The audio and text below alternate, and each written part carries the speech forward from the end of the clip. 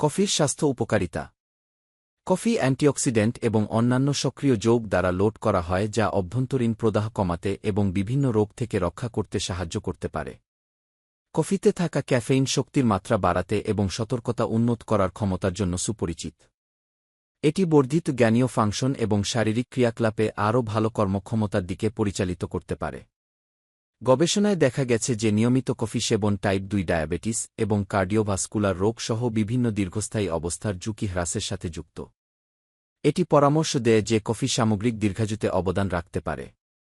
Coffee মানসিক স্বাস্থ্যের উপরও ইতিবাচক প্রভাব ফেলতে পারে। গবেষণা ইঙ্গিত করে যে কফি পানকারীদের বিষণ্ণতার ঝুঁকি কম থাকতে পারে এবং মেজাজ উন্নত হতে পারে।